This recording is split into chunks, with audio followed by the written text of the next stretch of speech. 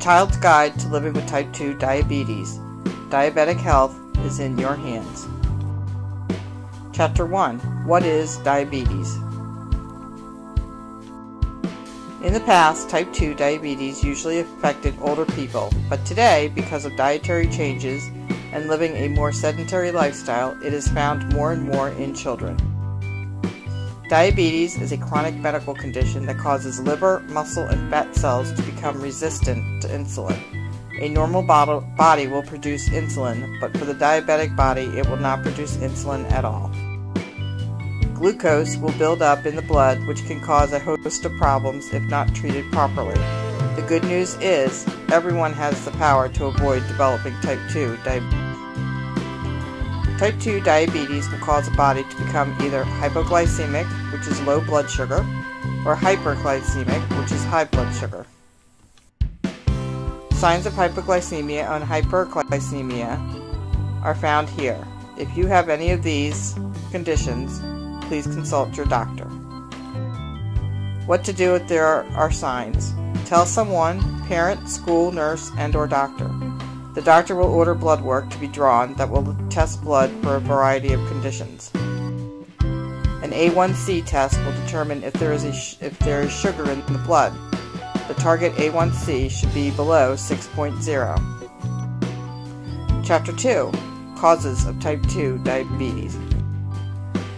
Is diabetes an epidemic? Type 2 diabetes has become an epidemic because disease researchers at the Centers for the Disease Control and Prevention made the prediction that 1 in 3 children born in the United States will likely develop Type 2 diabetes unless they get more exercise and improve their diets. Without changes in diet and exercise, their odds of developing diabetes as they grow older is about 50-50. The 2 biggest contributors to Type 2 diabetes is poor food choices. Will also contribute to Type 2 diabetes. Possessing the power to choose the right foods can be very challenging. Your parents, school nurse, and nutritionist are always there to help. Living a sedentary lifestyle is a huge contributor that leads to Type 2 diabetes. Get up and move, ride a bike, play a sport, and limit TV watching and gaming to a few hours a week. Chapter 3. Prevention or treatment of Type 2 diabetes. Exercise 30 minutes a day is essential to help control blood sugars. Here are some great ideas on how to achieve this goal. Take a walk with a friend, a dog, or by yourself. Grab neighborhood friends and ride a bike. Play some kickball or play hide and seek. Play sports: soccer, football, basketball, lacrosse, field hockey, ice skating, or roller skating. Cut the grass or the neighbor's grass. Making the right food choices and eating a healthy diet is also essential to help control blood sugars. The doctor may suggest a nutritionist to do an in-depth nutritional analysis that can help make the right food choices. Look online for the best foods to eat for Type 2 diabetes. Eating in moderation is also key to healthy eating. Chapter 4. Medication and testing blood sugar. Testing blood sugar at home and school several times a day is essential to make sure levels are in the target range. Find your target numbers on the chart and try to maintain them.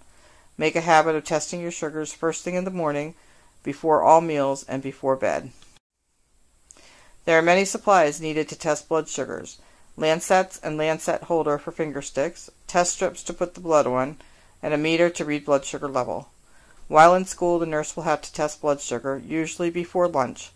If the blood sugar is too high, insulin will have to be given. If it is too low, eating will bring the numbers up. But the nurse will have to check it again after lunch to make sure the numbers are not too high. Sometimes children who have Type 2 diabetes have to take insulin. There are 3 types of insulin which are prescribed by a doctor.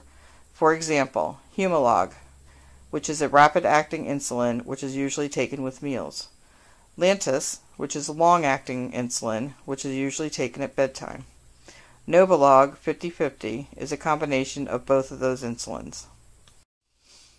Chapter 5. What to watch out for. A Type 2 diabetes diagnosis will sometimes come with other medical conditions. It is very important that a visit to each of these doctors at least once a year or every other year. an ophthalmologist to check your eyes, a urologist to check your kidneys, a general practitioner for nerve damage, a podiatrist to check your feet, a dermatologist to check your skin, and a dentist to check your teeth.